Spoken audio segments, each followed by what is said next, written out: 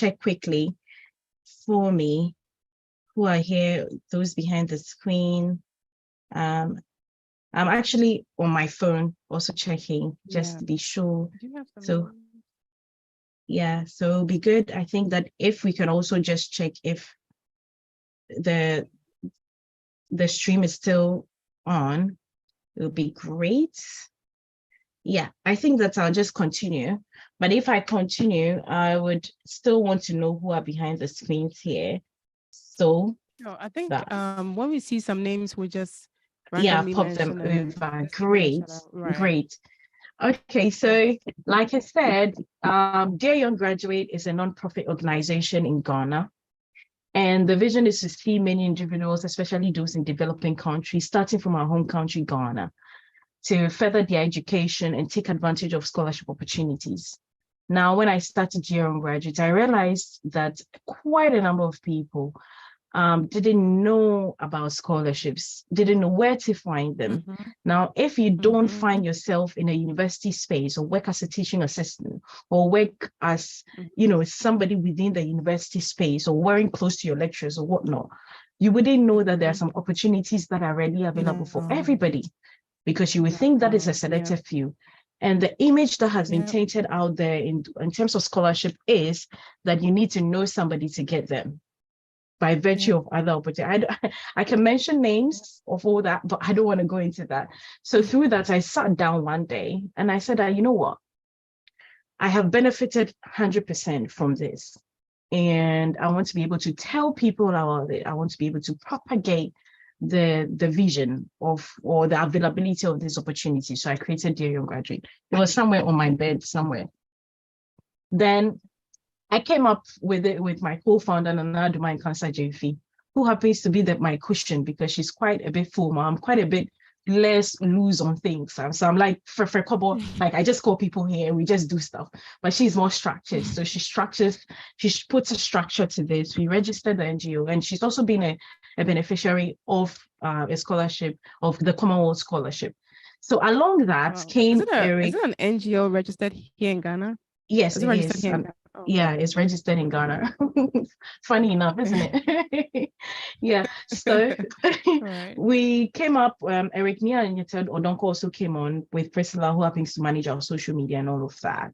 And out of that, birthed a bigger team. So as and when we went on, some people who have been on this platform have been beneficiaries and they decided to come give back.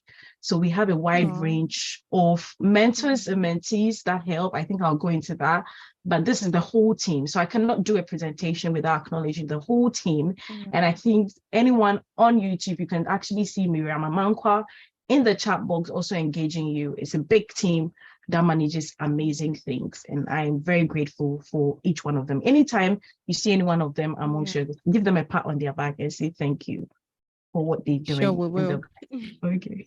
So, yeah, what Dear Young Graduate does is that we post scholarship opportunities on social media platforms. So wherever you want to find scholarship, the first place to go is on all social media, search for Dear Young Graduate. Every Mondays, Wednesdays, and Fridays, every scholarship we see everywhere, we post them online.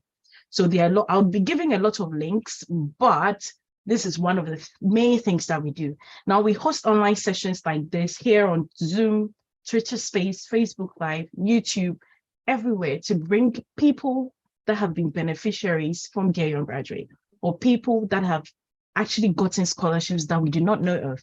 When one thing that Nigerians do a lot is bring visibility to the opportunities they have, which is one of the things that we Ghanaians, they share a lot amongst themselves. Amongst themselves, they want to help themselves. They have created platforms, WhatsApp platform, and they are helping themselves. So you realize that in the UK, most of international students are Nigerians. Even if you go on our platform, even if they go on our platform and say the BAME community, they say Nigerian and other nationalities, because they are the widest and they are the highest number of people that tend to, have these opportunities. So I said that, we are going to do it. We are going to do it bigger.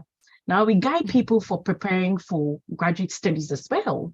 So we have a program called the Scholarship 101, which is currently running. It's been running for 3 months. It's been hectic, doing the same thing for a period of 3 months. We brought a lot of series like Introduction to Scholarships. We brought people who have helped practical analysis of your CV, of your statement of purpose. People have sent in their statement of purpose, all the scholarship essays. We've helped edited them, we sent it back to them. They've posted their CVs and all of that. So we do that. Review essays. Anytime you send us an email, and there are mentors on standby who are lovely. We pair you with them and they do it. So we provide one-on-one sessions for prospective applicants. So currently Scholarship 101 is ending, but we are going to start our mentorship session known as the Scholarship Buddy. Now, what Scholarship Buddy is that we have is about 30 mentors, which are people that have won certain scholarships based on specific countries in the US or UK, or based on specific courses like social science, engineering, business, and all of that. So if you apply for the Scholarship Buddy, you put in your essays, your CV, and all of that. We pair you with a mentor. They'll help review. We set up a meeting, 30 minutes, an hour, every Saturday, sometimes based on the availability of the mentor, and they meet them concurrently. They help you review all your stuff. You go do your homework, you bring it back, they approve that you submit for that particular scholarship. But with that, you need to have a scholarship that you're actually targeting, so that wouldn't be just preparing documents and having them. So we do that as well. Yes, so this is the Scholarship 101. Today we are having social impacts and scholarships at 5 o'clock. And we are going to talk about the impact of volunteering and social developmental things that we do. Like if you're part of Dada Foundation, how can you channel what you're doing as a social impact in the NGO to be able to target a particular scholarship? That is what we are having today. Awesome. Yeah, so I think at the end of the session, what I'm aiming to do is that we'll be able to find scholarship-based courses and country in focus. So I'm just going to pop myself over to the corner somewhere because it's distracting my screen. Know where all the hidden scholarships are within a particular selected schools. Then hopefully we'll want to be able to identify various scholarships, websites, and tips, and many more things you can do around that. Now, I would have wanted to take a very quick survey and the last time I tried to take a survey on how many people have applied for scholarships before, one of the things I found out was that the majority of people have started and stopped. The next majority is that they've never had scholarships before. You're kidding. Yeah, they've never heard that there are scholarships that are available that will give you free money, take, collect, go to school. No. They've never heard that. Is it because they confuse scholarships with loans, like student loans? Exactly, because the story of people who have lived in abroad are different from we that are coming from Ghana to abroad. Now here, schooling is based highly on loans and you pay back. Grants. So whenever they get to, they have a friend in the UK or they have a friend in the US or in Canada, they ask them and they tell them that you have to apply through a loan. And this is the amount. So if they're looking at it, how are they going to pay back the loan and all that? So what they know is that loans and stuff like from their immediate connections, or they think that the scholarship is given by the Scholarship Secretariat in Ghana, and that one is highly full, so there was no point in it. Some people have actually started the process because they saw a particular link online, but the link was full with ads and they didn't know where to click and where to get, and they just gave up. I think I've experienced that before. Lovely. So that's all over the place. I didn't even know what to do, so I just left everything hanging. Exactly. We'll go into that and why it's so. And yeah, I think that was the majority of the cast of the poll we had. So for those that haven't heard before, or those that actually have heard, they started and stopped, or those that think that they are loans, I just wanted to put all of us on the same path, or the conversation at the same path, so that we can be able to move forward. Now, scholarships are monetary gifts given by organization to an individual based on their academic achievement, or because they met all the requirements set out by a scholarship sponsor. And I want to say that these are two things. It's based on academic achievement or based on requirements that are set up by a scholarship sponsor. Okay. Now they are given based on financial needs, academic performance, or merit, based on a particular subject area or based on a particular interest or qualification. Now, the reason I set out to say that requirements met by a particular scholarship sponsor might not be an outstanding academic achievement, because maybe what the person is set out to do is that we have a foundation that is focused in STEM, okay, or that is focused in gathering data for World Bank. And what we want is a very good student or somebody who has been able to acquire skills in data collection, and we'll give the person a fully funded scholarship so that it can be able to assist us to gather data in terms of for the World Bank. So that is not based on your outstanding academic achievement. That is based on a requirement that was set by somebody to be able to achieve a particular purpose. Now, these opportunities come in various forms. Some of them come from schools. So you see that certain schools call for scholarships or give scholarships. Some of them come from private businesses. In Ghana, one of the companies that I think do that a lot would be, I can't remember on top of my head because I'm a bit, but I know friends who have won that opportunity before. They are private-owned businesses and they would like to sponsor their own student or family, or that's their CSR, corporate social responsibility. There are foundations like Dada Foundation that would say that, you know what, we are opening up a scholarship for anyone who wants to go and study in maternal health, okay? So scholarship can come from foundations or non-profits or charities like Dada Foundation and set them out for people. Now, there are scholarships that come from government and individuals, okay? That's usual. So you see that University of Australia or Government of Australia have opened a scholarship for international students, 120 international students to come and study specific courses in specific university in Australia. That exists. And the reason I'm putting that there is that if you know of a non-profit that works, or a charity or an organization that works in your particular course of studies, worth checking their website to see whether there are any funding opportunities for people to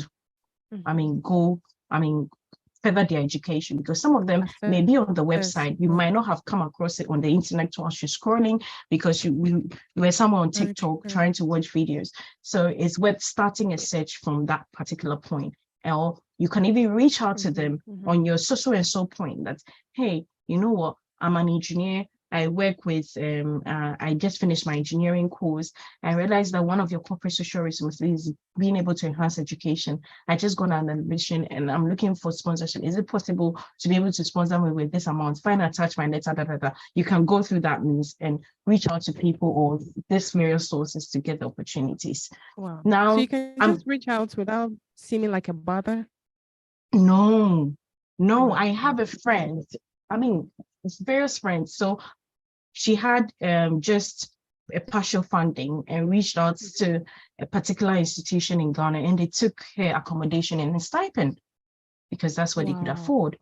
And some other friend, she just got an admission. They are taking her stipend as well to be able to, and quite a number of my friends or people that have gone to the US as well sometimes do that. I have one journalist who got full tuition.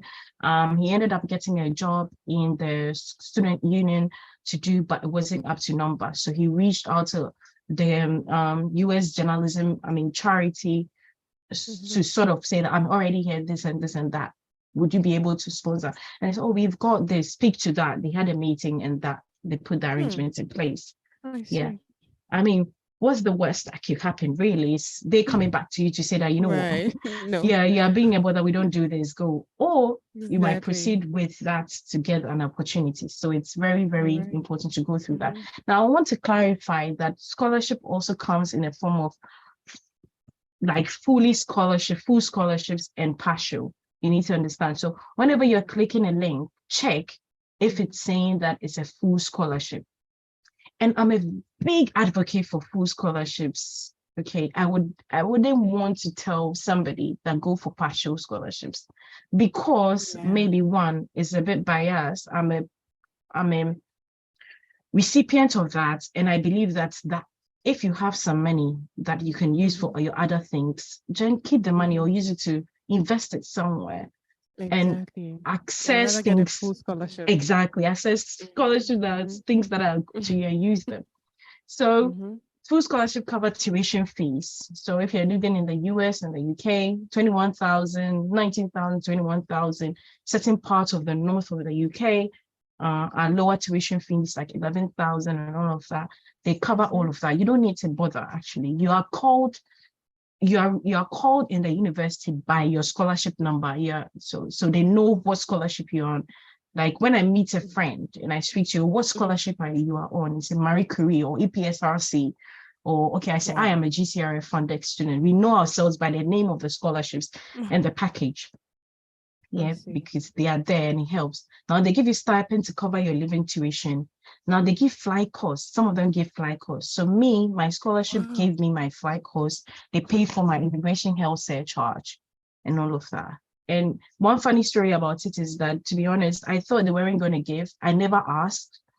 And I ended up booking a very cheap flight, only for me to get to know 3 days before time that I was booked like a Sky Priority already. Oh my goodness. Now I got to the airport and I was told that the time they booked was too expensive. So they want to upgrade to a business class. Can you imagine? It was so lovely. The first time ever. What scholarships can do? Yeah, so it was very lovely. And they gave me research related expenses. Like if I'm going for a conference, it's fully funded. They gave me a camera because I was doing a field work in Turkey and in Kenya. Yeah, some of my friends on other schools were giving drones and all of that. So, I mean, whatever you need for your research. But Lois, let me ask you. You know what they say about half the law is better than none? Let's say I'm setting scholarships and that's partial one. Yes. I shouldn't take it. No, you would if that's your only option. And if you look at your strengths, like we also believe that not all the hands are the same. Not all hands are the same. So somebody might actually have worked to save some amount and have received partial funding and can fend for their living expenses and accommodation. That's perfectly fine if you get a go for it. There's a scholarship called the Great Scholarship that does that, and people target it, apply for it because they have actually been working for a period of time and they have some money that will not let them shake. But also know that with the partial funding, if you're applying for a visa, you will need to show your proof of funds in your account that you can fend for yourself for 12 months if you're studying in the UK, or if you're doing in the US or in Canada, where it's 1.5 years for a master's, you can actually fend for that. You need to show that proof of funds. But unlike for the full scholarship, you just have to go with the scholarship letter you're given. You don't even need to show your bank account. I think if I showed my bank account, it would bounce it. It was zero at that time when I had it. It's always it's not a one size fit all. If you get that opportunity, you think based on your strengths, you can do that. But I always say that if it is worth pushing an extra mile to give another scholarship or fully funded, go for that because it's much relaxing and you can work your 20 hours here and pocket the money for your extra trips and all that. So I'll just quickly brush on it. I think I've spoken this, but I'll just brush on a few of them. That some of them are based on merits, where you have to be an outstanding student to get that opportunity, or you should have scored a particular grade in a particular assessment test, or it needs to be a need-based scholarship where there's actually a need, like you're having financial situations and they are trying to target people coming from developing countries, quote and unquote, to meet a particular financial needs, right? Or it can be student specific where they're actually looking at scholarship for underrepresented student or underrepresented groups, like people from the Black Asian communities, sort of that, or looking at people with sexual orientations or people with, all other things. Then it can be subject specific as well, where they are looking at scholarship for 100 master students for business students. So any business scholarship, that's subject specific. So somebody from medicine can apply for that. Now, there are some scholarships that are university specific. So when you get the scholarship, you are automatically admitted to the university.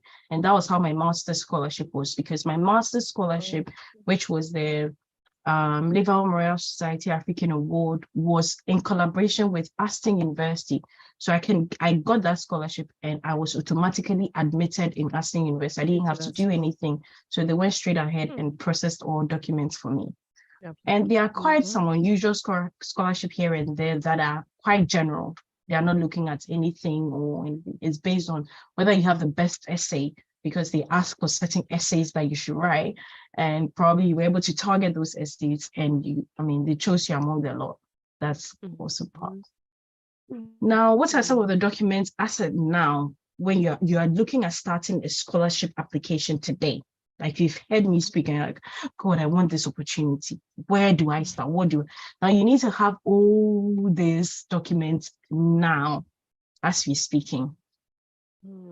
Your transcripts. Have you gone for your transcripts from your university? If you haven't, go and start getting your transcripts. Academic certificate. Do you have your academic certificate? Because they'll ask for it. Every scholarship, all the scholarships I've spoken about, will definitely ask for this. Academic CV, and that's different from a professional CV. And I think that if Mimi is on the call, you can post the video, the YouTube videos of what we explained, the academic CV and all of that. We had a whole session on that, where you need to highlight mainly your academic work. Some people might say that I left university about 30 years ago. I can't remember what I did academically. But the thing is that academic CV is a reflective process of even your work journey. What did you learn in your work journey? Okay, you are doing production and shoot for Dada Foundation. Did you help, in fact, install interconnecting wires between different media channels? Now, that is what you learned from it, that you contributed, but you learned a process like that. So you can target all your work-related achievements as an academic one. Academic is not necessarily learning in a classroom. It's learning as is it what is sometimes referred to as academic portfolio? Yeah, you can't put that. Sometimes they ask for that. So in the point of saying where's your academic portfolio, you can say your academic CV actually, because it speaks for itself. So sometimes they ask that you write it out. If you are writing it out, that is actually your personal statement as your academic portfolio. Yeah. So you need to have a statement of purpose and a letter of motivation. Now, this is scholarship specific. So imagine you're seeing a scholarship in Fulbright scholarships to study in the US, and they are targeting working class, and they ask you to write a statement of purpose. Now, there are some requirements set by that sponsor, which is Fulbright scholarship. You have to write a statement of purpose and letter of motivation to target that particular scholarship. So you don't have a general one and use the same general one to apply for 1,000. It won't work. It doesn't work that way.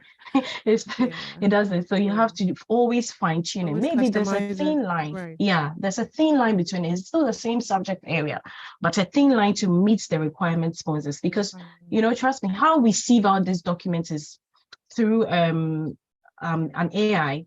Now, the AI says that we've received this 15,000 CVs all around the world for a particular opportunity. Open the CV, search for keywords such as resourceful, search for keywords like business, search for keywords like management, search for keywords like this, and sieve them out. And it brings back 50. Engineering. Exactly. So we can't look through all the 15,000 CVs. Nobody has got that time. So you need to be able to fine tune them. The statement of purpose, has somebody written that I took community volunteering work? Sieve that out, bring it out, because the person knows the value of being able to learn when there's no money. They are giving you money, but they think the money is not enough. So the person is able to appreciate that because you can give back. Exactly. You have a high probability that, okay, you can do a master's even when it's difficult. Now, I'll put this as a caveat. You should have a TOEFL, GRE, GMAT, IELTS. Now, all these are standardized tests that are required by specific countries. Now, if you're applying to the US, it's looking at TOEFL, GRE. or GMAT. If you're applying to the UK, it looks at IELTS. If you're applying to Canada, it looks at IELTS. If you're applying for another country, sometimes they look at TOEFL or GMAT. But COVID changed a lot of things. Now, COVID introduced Duolingo as well. Duolingo, yeah. So Duolingo is a ABCD test for languages. So it's a very, I mean, we already speak. So it's just taking in your mind that you're competing with somebody coming from maybe India, where Hindi is their first, it's not their, Hindi is their first language. And you're still performing at the same par as a Ghanaian, Nigerian, or African, or anywhere that studies with the main language as English. Yeah, right. That shouldn't be a challenge for you at all. Now, I also add that there are English language proficiency waivers. And during my time, we could use that. You can go into your university and ask them that, is there an English language proficiency waiver? I know for where you can get a University of Ghana, for KUST, for UCC.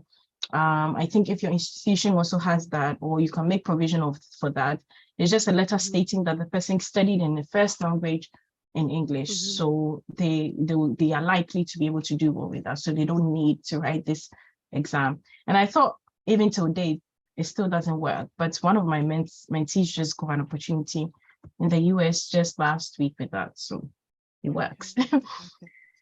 So there's special, yeah. If I understand you correctly, if you have plans of applying for scholarship, which means before you even come across the requirement as go and take so and so exams, you should actually plan on taking them. Yes, you should have that at the back of your mind, but don't take them yet, because maybe that particular opportunity you're looking for is not asking for a GRE.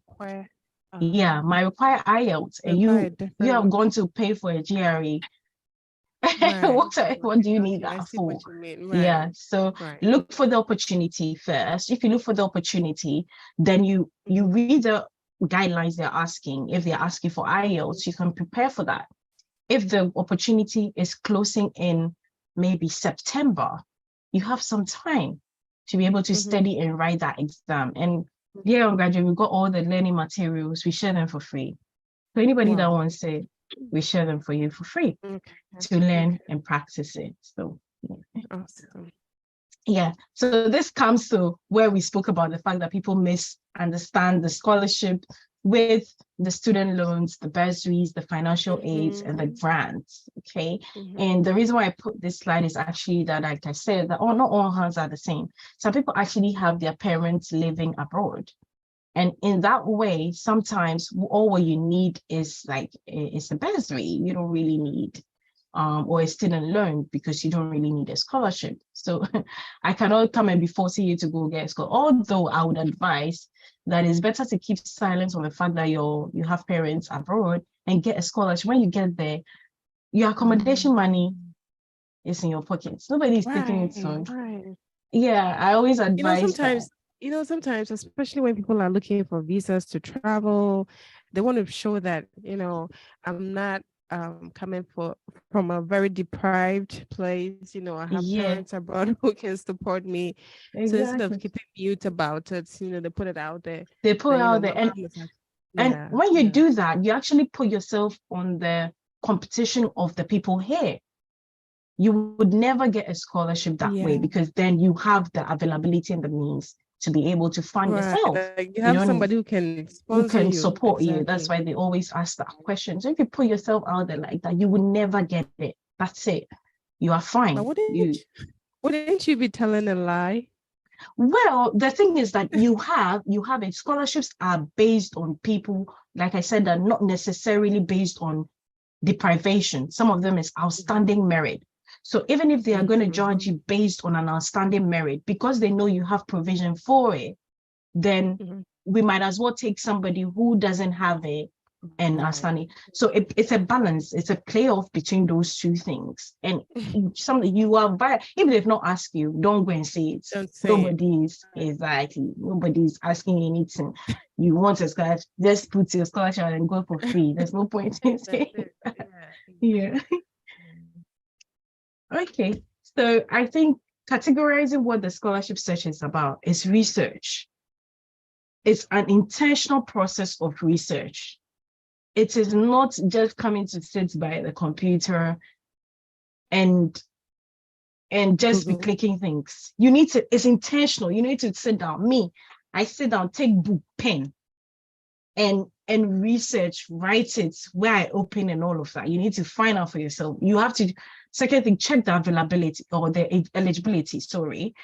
So if you're looking, you're applying. And sometimes I have a caveat on that room. Sometimes they say that you should have gotten a first class. I was in first class.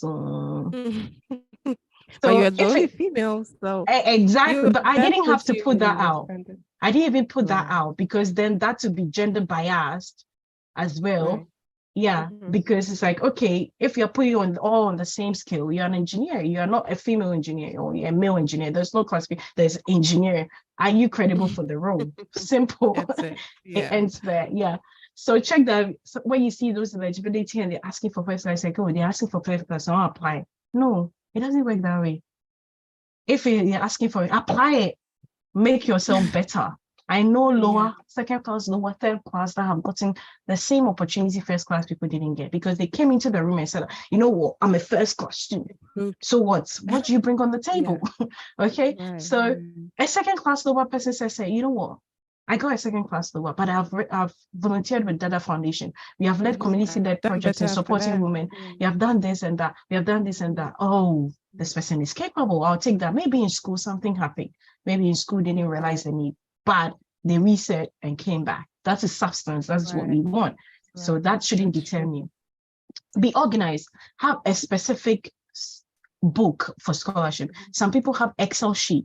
Now we have a particular Excel template that we share for people. So you write the name of the scholarship, you write the deadline, you write this, you write that, you go to your Google Calendar, set the deadline, tell them to give you 1 month before the deadline to prompt you on the closing of a particular scholarship. You have to be organized like that. Write the name of the scholar, the deadline, what are the criteria, ticking for the ones you have, what don't you have? You need an SOP. Okay, the scholarship deadline is in a month. Okay, so if I write an SOP in a week, I can send it to Lois to read for me, and she can revert back to me in 2 weeks, and I can make the correction. Then I can meet the scholarship like deadline. Then you say that, okay, when she brings back the correction, I make the changes, I send it back to you. She says it's approved, you can send it. Then you apply, you send it, take. You cancel that out, you have applied. That's it. You have to be organized. Have your documentations ready and know the deadline. It's intentional. I've spoken on that.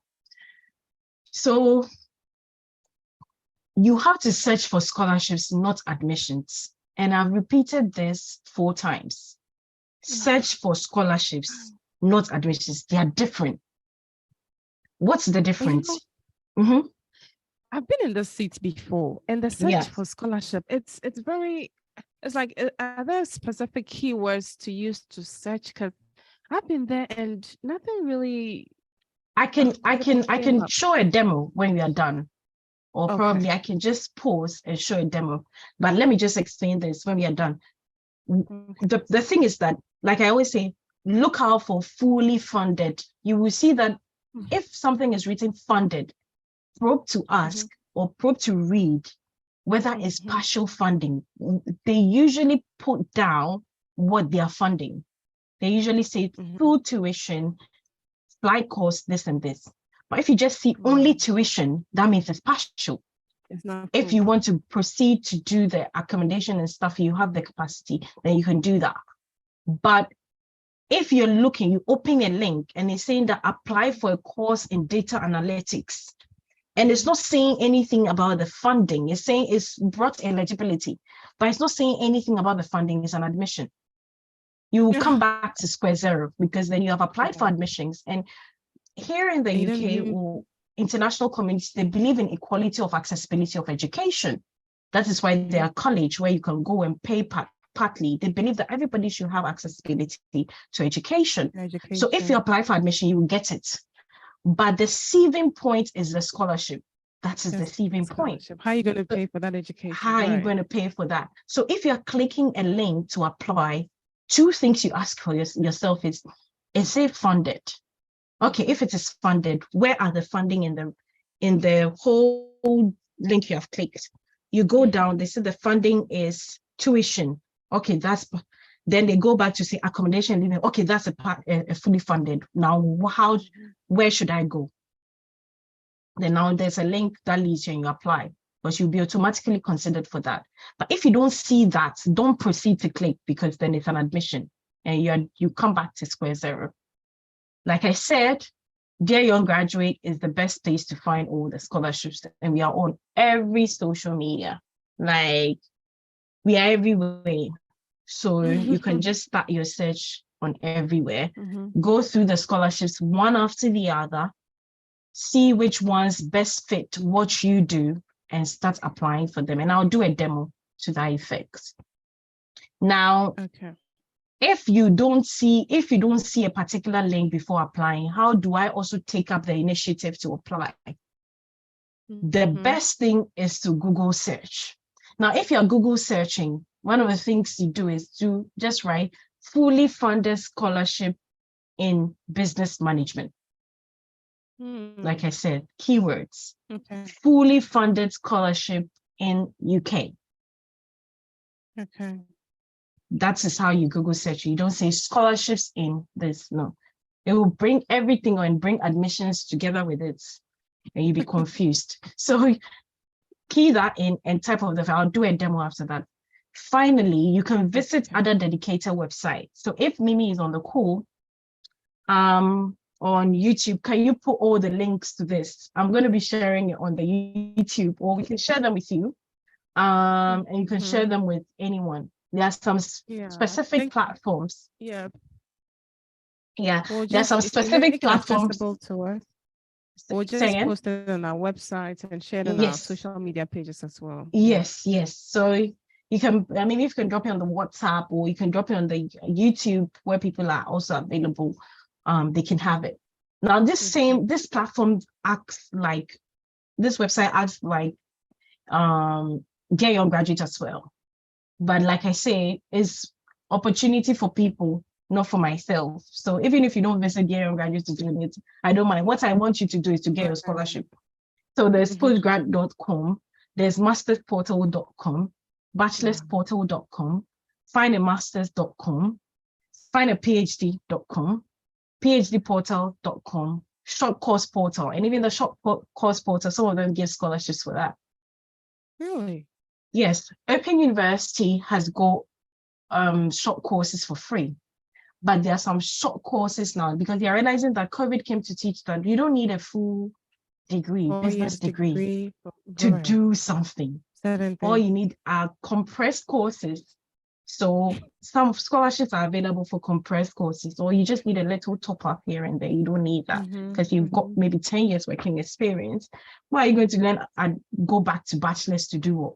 I mean, a lot of bachelors are also coming out and they can't get jobs. So the difference here is that what's the substance? What do you have in you? There's jobs.ac.uk, which is also very good. Jobs.ac.uk has got master scholarships, PhD scholarships, all of that categorized. And there are even jobs for international communities. So if you've got a skill in social media management or media management, and they are looking for maybe Procter & Gamble is looking for a media manager, and they want to be able to take from an international community, they post the jobs there as well. And you can have it fully funded. There's prospects.ac.uk, best master's degrees, all these are clickable links. So I think that we'll share them with you and you can go. And these are the post scholarships and not admissions. Okay. Yes. Now, also, if you're looking in your search portal, it's very important to not be fixated on the course names. Why am I saying this? In probably Wisconsin University, the name of the course is business management. But in Ontario University, the name of the course is sustainability management. Business science. Or business science or something. So if you're putting business management Bing to Bing, you won't find it. It won't pop up for you. So one of the things I advise is that if you look at all your transcripts, all the list of the names of the courses you did, the mini modules, how do we call? I can't Right. remember. Modules, right? Many modules that you did in your course, use those as a keywords and shuffle them around. So, example, if you did business science, you took a course in hospitality, and you think that you got an A in hospitality and you love it, but it's not under business management or it's not under business science, it's in hospitality. So use hospitality. If you took a course in, I mean, all your transcripts, all the course names that was named, change it around. Something would definitely pop up based on that. And that's thought about it that way. I know. It never occurred to me. I know. These are all things that's why you need these sessions. You need sessions. I mean, there are tricks in the game. Yeah, there are tricks in the game. You will search and search so many times and you never find like there are no. If I hear people come and say that, oh, one of my mentees who happens to be in Gary graduate as well, he's like, oh, I can't see. I've been looking, I can't find it. I just sat on my bed. Yeah, I just sat on my bed. I said, what are the courses you've done? List 6. He sent me. I sent him like 18 links. He's like, but why can't I find it? How did you come across exactly. Right. And I said, this is what we did. And now he can search on his own. He doesn't come back. So anything I search, I ask them, yeah. So that's basically it. If we're online, we would have done a quick exercise for anybody to do. In my search, I know I did materials engineering related courses, but my 3 keywords would have been catalysis, because that's what I love, material science, because and material characterization. And these were courses I did in school. So I'll search for that way. Now, I think we are just coming to the end, that we can probably take any questions you have in your mind, but I just felt like I'm going to be sharing like different countries. So one thing as well is that fully funded scholarships in the US are called graduate assistantships or teaching assistantship position. You might not see them as fully funded scholarships. In the US and mostly in Canada as well, they come out as graduate assistantship positions or teaching assistantship position. Now when people see that they are scared, they're like, hey, if I'm going to be teaching, I don't like teach. What do I know? Is this for like master's level or PhD level? Master's level. Masters. Okay. Yeah, all fully funded scholarships are like that.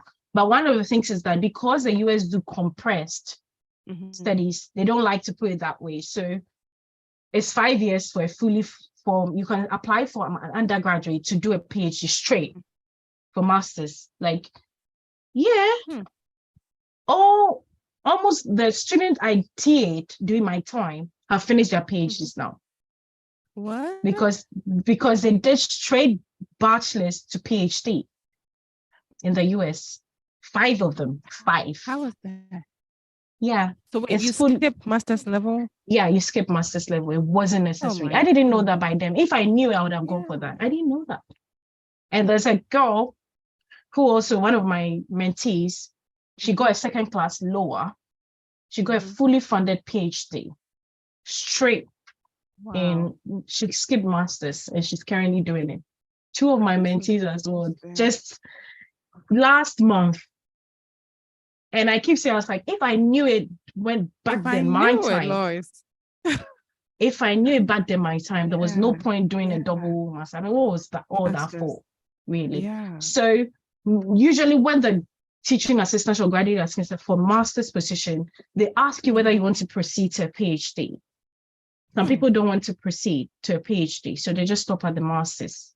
So they are graduate assistantship for master's position. So you do graduate work. If you want to, so does it mean if you want to proceed, the PhD is also fully funded? Yeah, everything is fully funded. But why would people turn it down? People think they're not ready for a PhD. That's enough schooling. Yeah, that's enough. That's too much commitment. It's enough schooling. I don't need it. Right. So people like accountants, like I need certifications. ACC and stuff. So they just do their masters and finish and be done with it. They're just done with it. So like the same thing, use graduate assistantship in the keyword. So like I said, we have a lot of links. These are generic scholarships that run every year. Whether you go up, come and fall down, bang, they come every year. And at the same time, at a particular same time, and there are opportunities in the US, Fulbright foreign student scholarships. It's fully funded masters, and you can continue, like I said, in the US to also do a PhD after. I interviewed, I think on my YouTube channel, I have a list of people I interviewed on this particular evening scholarship. Some stopped, went to Germany because, I mean, the girl, her family's in Germany, so she finished the master. She didn't proceed with the PhD, and she went to do a PhD in Germany. It happens. AAU international scholarship. These are mainly targeted, so these are the gender specific as well, female international student. It sounds like it. Yeah, you're welcome here. Find more here. There are links we are going to be sharing as well. In the UK, the same Bright Chevening Scholarship, Commonwealth Scholarship for Developing Student countries. Now, Commonwealth has got a lot of wings. Commonwealth has got Commonwealth Shared, Commonwealth itself. Then there's Commonwealth Distance Education. There are 3 wings for Commonwealth, which are all fully funded, and they are all for developing countries as well. Yeah, we share the links to everybody. So I wrote here, the team will be sharing the websites and the scholarship in. You can also copy and paste the names you've seen and apply for them if you're eligible. So to end, I'll just ask for, just put some do's and don'ts, things that you need to know. Start early, like you've heard it today. Start now. Want it so bad, like I always say, like, it's so good, want it so bad that you actually dedicate time to it. In fact, you're talking and I'm looking at you and Yeah, aggressive. Like, don't just. Me, I'm not getting. If you're not getting, ask. And I think that aggression will lead you to the right place, because the more aggressive to the whole process. It's not just, and it sounds like search for it. Yeah. You really want it. Like when I was in Ghana, I had a team of like 12 people. There was a school in our community. I will force you to apply, whether you like it or not. You won't do. Lois, I should have met you earlier. I tell you, you will come. We have a meeting. You come for the meeting. You look for the scholarship. You write your essays there. I look for mentees, mentors in your field. I badge them because I'm a WhatsApp away and they know I do the young graduate. I've been screaming about it. Yeah. So some people are just willing to help. Okay, just send it to me. Or maybe if you reach out to them on LinkedIn, or even sometimes if you're applying for an opportunity, look for even Fulbright scholars on LinkedIn. It will pop up. Send them an email, send them a LinkedIn. I'm applying for the scholarship. I want you to review my essays. 2 things. Oh, I've not got time for it. Oh, pop them over to my email. Keep sending reminders. Start applying. Start going for it. Find somebody and they'll do it for you. Don't apply for everything under the sun. And the reason for that is because you will get overwhelmed. Take it step by step. Yeah. If you have first 10, you know their deadline. Next week, if you are tired of writing an essay and you want to do a search, go and do the search, add up to your book that you have written down or your Excel sheet. Add it up. The days you don't feel like doing a search, focus on the ones you have and complete it. Make sure you complete it within your deadline. You start applying for everything and you start using the same document, just sending. And now you come back and say that I've been applying, I'm not getting it. I know people with one instant, they just got it. They've never applied for scholarships before. One instant. And I always use this guy. He hasn't even finished his national service as we're speaking. And he's just gone for his F1 interview in the US and he's going. You know, there's continuity in his, and it's a fully funded PhD, master's PhD, and he's going to do it. And this is somebody who started badging me from 3rd year. There's another mentee as well that actually got 10 fully funded scholarships in my eyes. All the Ivy League schools and all the Russell Group schools. And now we are sitting now deciding which one to take. And he thinks that he doesn't want Cambridge. Now he thinks that he wants to go and do this. Now that is the flakes. Now this boy also started badging. I can share screenshots from 3rd year, 4th year. So you see, so he started early. Your first point. He started when he was in what? 3rd year. He didn't wait till he finished with school, be done with national service and say, you know what, I'm bored, I want to continue school. And you're overwhelmed. And if you're coming from a place where your parents don't have, they also want you have to go in for a job. Or you're sitting there, what are you doing? all this, and now you go and look for some job and you don't feel happy about it, and now you give up on the scholarships. I've seen a lot. Sometimes I hear people, they give me a lot of reasons, like they give me a lot of excuses, and I'm just laughing. It's like, I've been there. This thing I give me is excuse. I'm listening to you, but I'm not listening. Because you snap out of it, it's not helping both of us here. The earlier you snap out of it, the better. So we are on the same page, right? You can keep going on and on.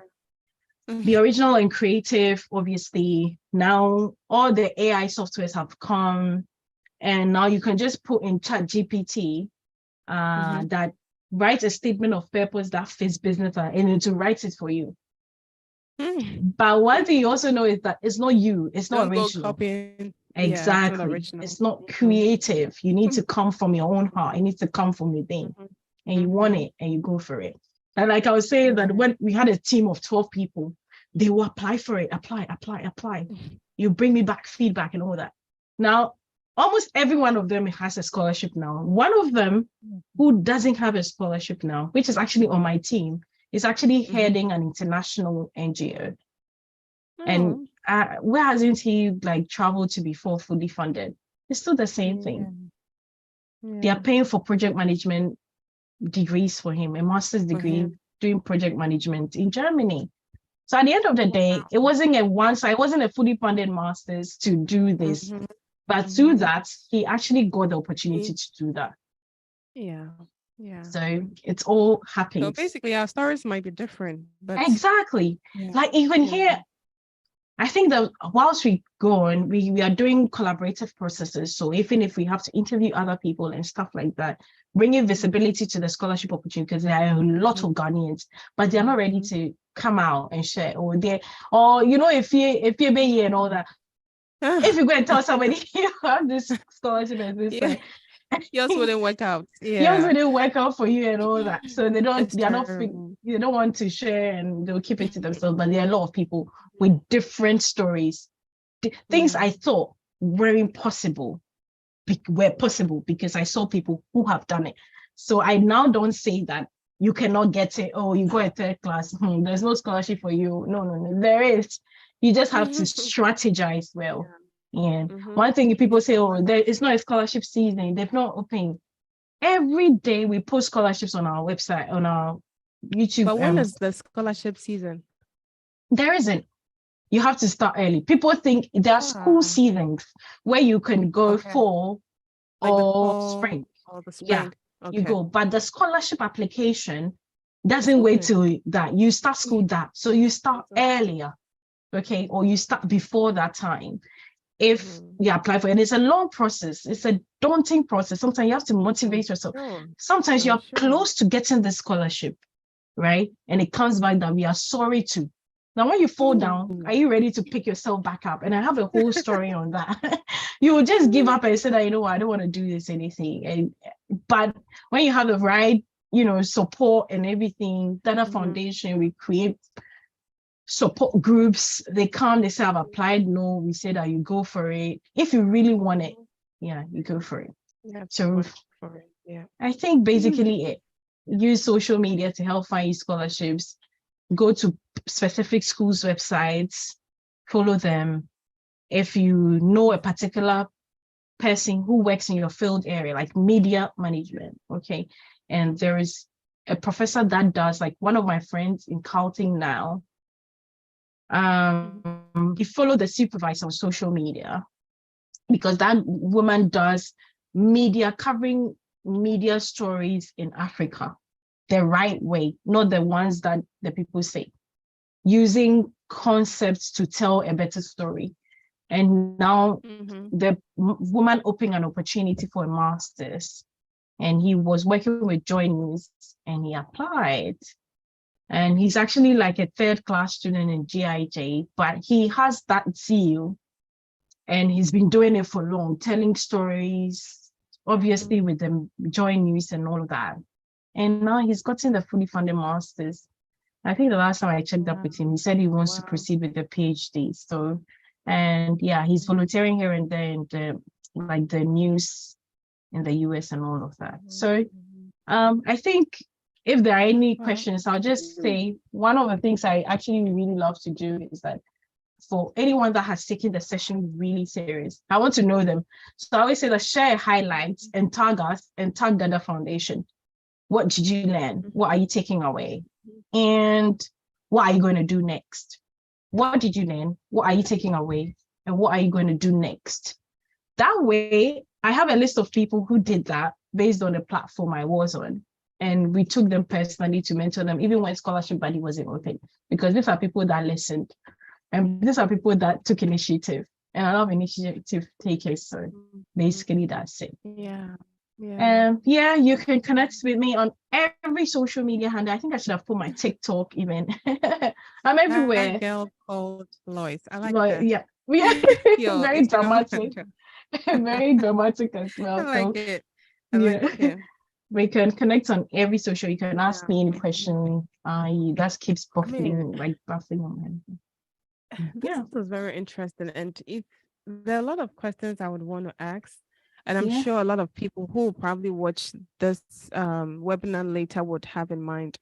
So for time purposes, what I'm going to do is we would actually drop our Google form sheet for people who are interested and, have some follow-up questions or want to meet with you one-on-one.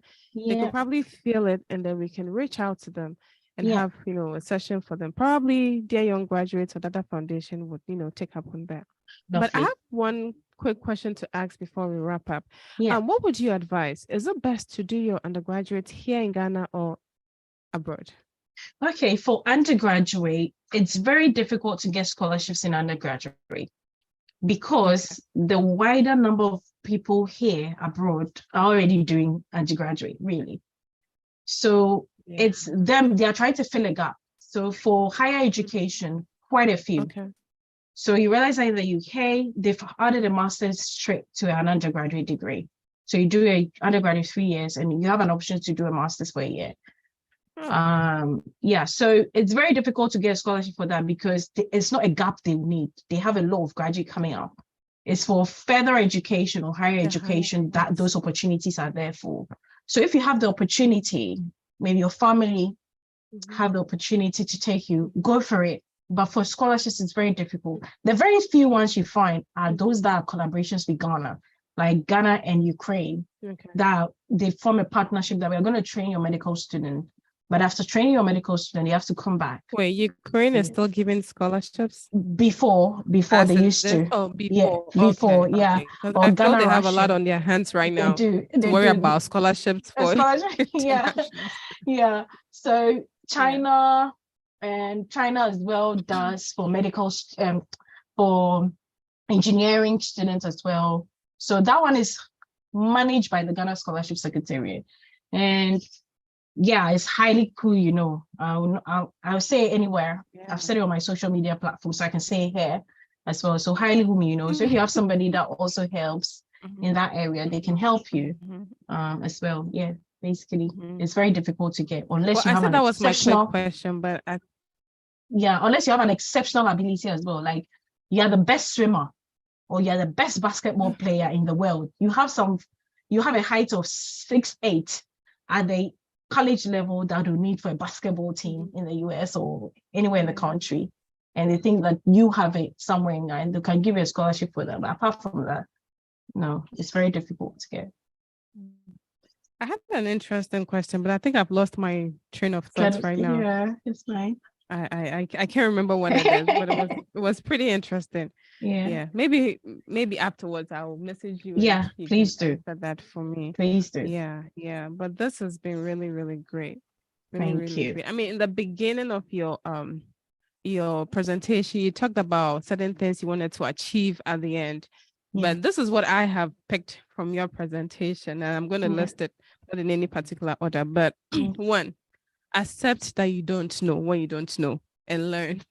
Yep. That's my take-home message. And two, if you're watching us, don't go through school lazily. People feel, the school, I just go through it. When I finish, I have better stuff to do after that. You never know what the future holds. And there'll be a time you might have to look back to your school and then probably demand what academic CV or stuff like that. Now we need, because you didn't take school seriously. I want to say something on that. but let's just wrap it up because I keep on going. Because I had a mentee, I was budging him from level 400 master. He's like, he wants to do farming. He loves it, right? Which I would 100% support everything you want to do. Mm-hmm. Now he went and came back saying, you know what? I want to now do my master's because it's not working. And now he's working in an agricultural sensory lab that are partnering with his father's farming and cocoa farming and other plantation. And they just donated a tractor to harvesting seed. So that opportunity has opened a bigger opportunity, isn't it? But if you hadn't actually taken that initiative, you would have still been there and not known that. I forced him, but literally he's now there. So let's go. Yeah, my third point is be somewhat aggressive. Don't, the application process can be daunting, like you said, and take it up as a full-time job and search for it. Fourth, learn to share information. If you have an information, share it with people, like what Dear Young Graduate is doing. They are open to tell people what they come across and then to guide people through it. So if you also know, you share. And then lastly, nothing good comes easy. So don't think it's free scholarship. So I don't know, mama may breast. No, you got to put in the work. Put in the work and something good will come out of it. Yeah. I think I've remembered the question I wanted to ask. Yeah. Let's say I want to do business science, okay? And all the scholarship I come across is in something in what, engineering or medicine. Do you think it is smart to say, okay, you know what? Let me play smart here. I will intentionally take that and apply for, as Joe, I wanted to do medicine. And when I get to the States, I will then run for medicine and do something else because now I'm in there. Does it work like that as a transfer? No, with a scholarship, it's a signed contract. So you cannot switch it. It's in a particular, if you get it, will be in a particular focus area, particular group. Now, one of the few things you can switch is that maybe you are working on a research, and you realize that the supervisor is not helping much for a master's research or something. Now you have the eligibility to be able to switch within the same course or the same field area. Now, I'd like to also add on the fact that nothing free comes easy because now imagine they're investing, it's a return on investment. They're investing at 10 to 20,000 pounds tuition fees in you. They are and they're paying you 1,200 pounds, euros, dollars equivalent for your upkeep. You think it wouldn't be that easy, right? It's good money that you couldn't have afforded. So I always say that suffer to get whilst you're in Ghana. And when you get here, the opportunities are here. But I know I've received a lot of backlash when it comes to even agencies because then they bring people here based on fake documentation and all of that.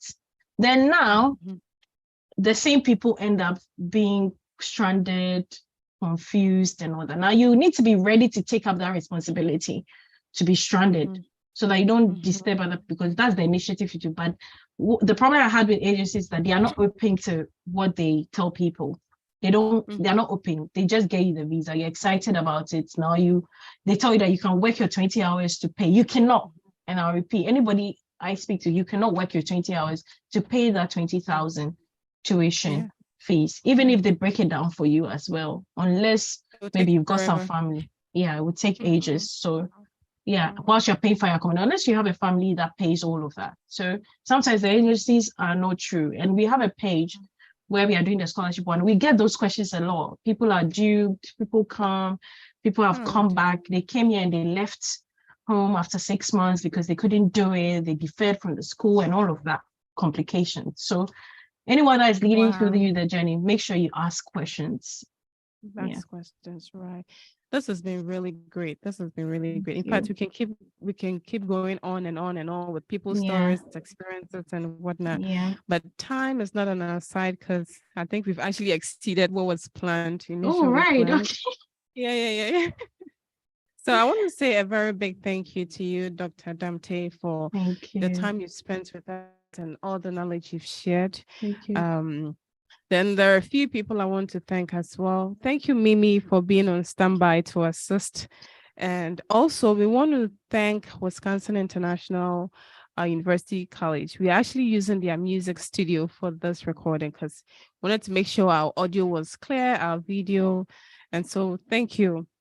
And the technical team. In fact, I'm surrounded by a whole bunch of people trying to make sure everything is running smoothly. So thank you. Thank you, Obed. Thank you, Texan. Thank you, Edwin, Billy, Mr. Finn. Thank you so much. And one important person too, Prince Boydu.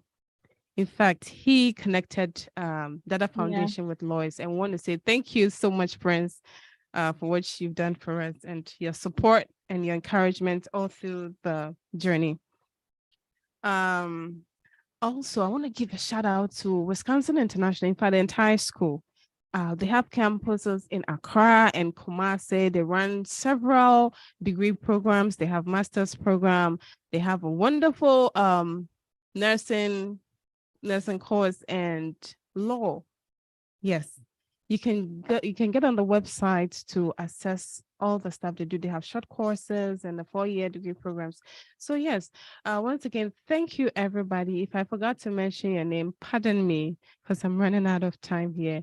But oh, and most quickly, we are going to try and have this information on everything we've talked about on our media pages and also on our website. So our website is www.dadafoundation.org. www.dadafoundation.org. We would have all this information posted. Yes. So Dr. Lois, Mimi, thank you, and we will talk after the session.